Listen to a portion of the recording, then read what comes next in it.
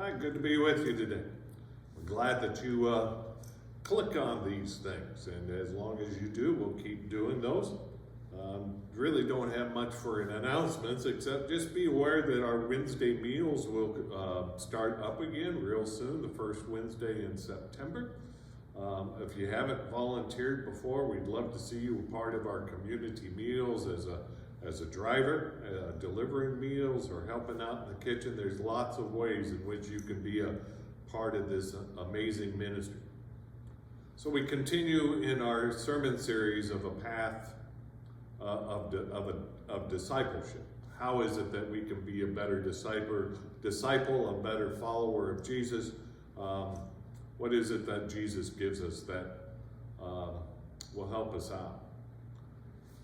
We've been in the Gospel of Matthew. We continue to be in the Gospel of Matthew.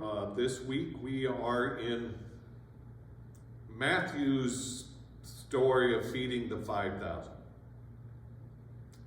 First, the feeding of the 5,000, this miraculous feeding, is the only story that's in all four Gospels. So we know that this story was mightily important to the early church because everybody was sharing it. And each Gospel writer kind of puts their own spin on it a little bit. In the Gospel of Matthew, we need to put it in this context. Right before the feeding of the 5,000, Jesus finds out that his cousin has been killed. That is, John the Baptist has just been beheaded. And so Jesus leaves in a boat to try and find some privacy, this space to reflect, right? To think about life. But the crowds follow him. And we read in Matthew's gospel, as the crowds begin to gather, Jesus looks at them and has compassion, even in the midst of the grief that he has.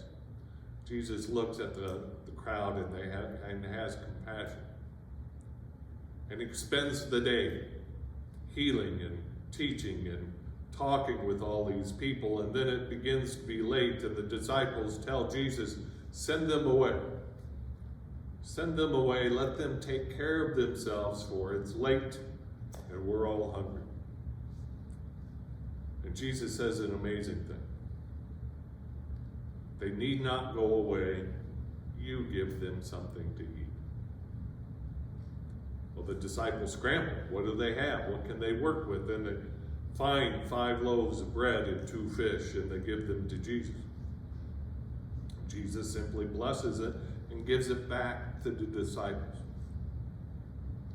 So in Matthew's storytelling, it's the disciples who feed the crowd. It is not Jesus. Jesus just blesses. Jesus sends it along.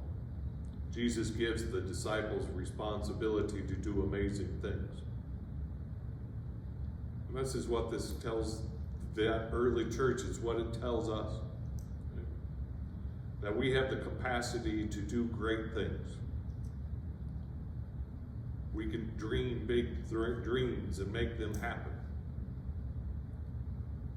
But my question for you today is, what are you hungry for? The crowd comes hungry for healing. The crowd comes hungry for fellowship. The crowd comes hungry. Right? And they are filled and they're blessed. So what hunger do you come with? Right? In Matthew 5, we read that blessed are the hungry for righteousness. Are you hungry for righteousness? Are you hungry for justice? Are you hungry for fellowship? Are you hungry for peace? Are you hungry for love? What is your passion in your faith?